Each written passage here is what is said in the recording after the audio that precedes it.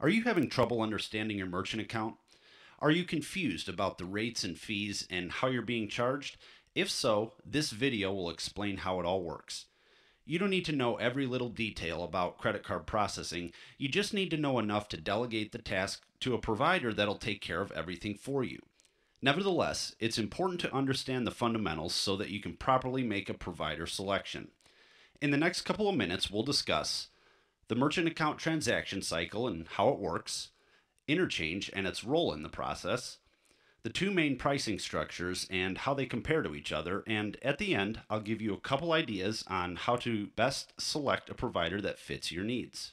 Let's look at the transaction cycle.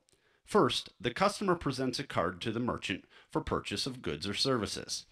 After the card is swiped or entered into the point-of-sale software, the processor sends out for authorization through the payment processing network. The issuing bank approves or declines the transaction based on funds available. The transaction is then passed through the electronic networks to the processor, and the approval code is delivered to the point-of-sale device at the merchant location. The issuing bank then sends the money to the processing company to reimburse them for the purchase that was made.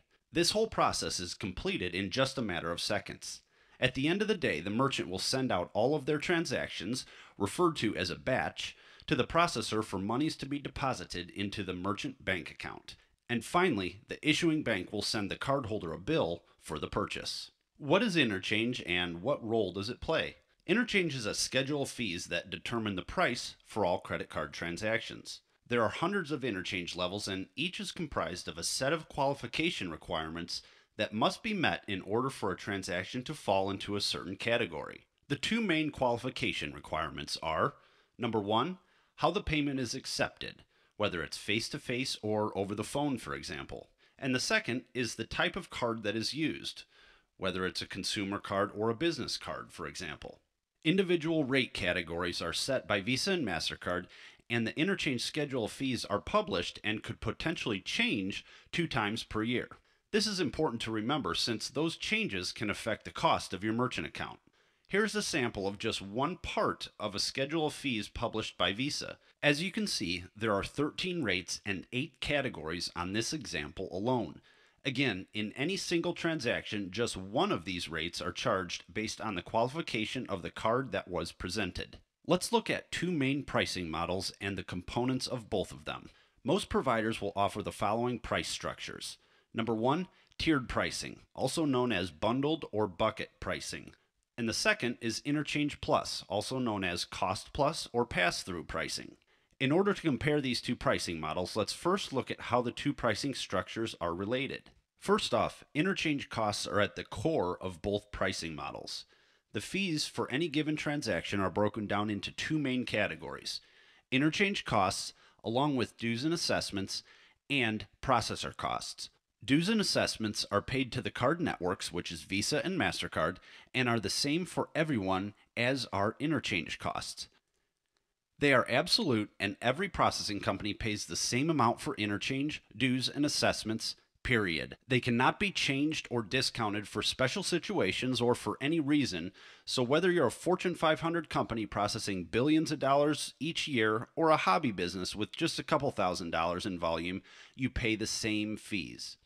From now on, when I refer to interchange, it is assumed that dues and assessments are included since we understand that they are the same for everyone. The processor cost is the one variable that differs from one processor to the next and is the only area open for negotiation in your search for a merchant account provider. Here's both pricing models in detail. Your choices are tiered pricing or interchange plus.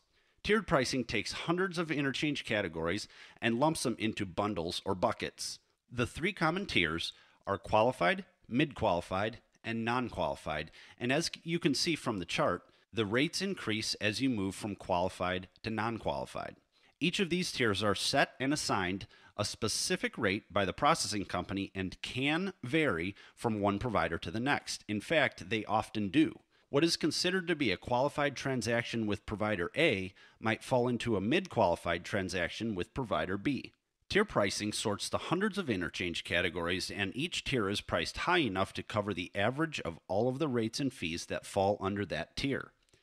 Interchange Plus pricing passes the actual interchange cost through to you, and a small provider charge is charged in addition. Also referred to as provider markup, this fee varies widely based on a variety of factors and can range from 5 basis points up to 1.5% or even higher. Here's a sample transaction. Refer to the Visa interchange chart that we looked at earlier, and let's compare a single transaction at a qualified rate of 1.79 under a tier-based program to an interchange plus pricing program with a processor cost of 20 basis points.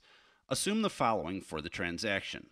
The interchange cost is 1.65% plus a 10-cent transaction fee, and we'll use a $100 transaction as the sample dollar amount.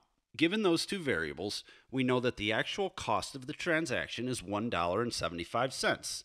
For the Interchange Plus pricing model, you have a 20 basis point provider cost added to the $1.75 actual cost, bringing the total to $1.95. For the tier-based pricing model, you have that same base cost of $1.75, but in order to get the total cost for a tier-based pricing model, you simply multiply the $100 times the 1.79% rate assigned to that tier level to get the $1.79 total cost. As you can see, interchange cost is at the core of each of these pricing models, and with any pricing model for that matter, and is paid one way or another. So in this example, you can see that with the Interchange Plus pricing model, your total cost is $1.95 compared to the $1.79 with the tier-based model.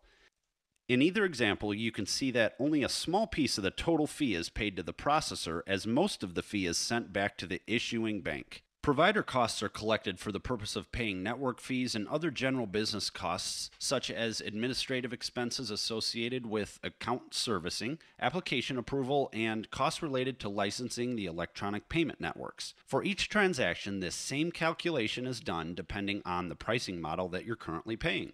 It's widely assumed that Interchange Plus pricing is a better pricing model because it's said to have a true cost or a transparent pricing model, but does not necessarily mean that it's a lower overall cost. Variables such as average ticket and the number of transactions processed each month, in addition to the pricing structure variables that we discussed already, determine whether tier or Interchange Plus pricing is best for your company. Merchant account pricing is not one size fits all. In the end, what matters the most is the total dollar amount in fees paid for accepting a certain dollar amount of credit card volume. If you're interested in more tips, advice, and ideas on how to best structure your retail or e-commerce merchant account,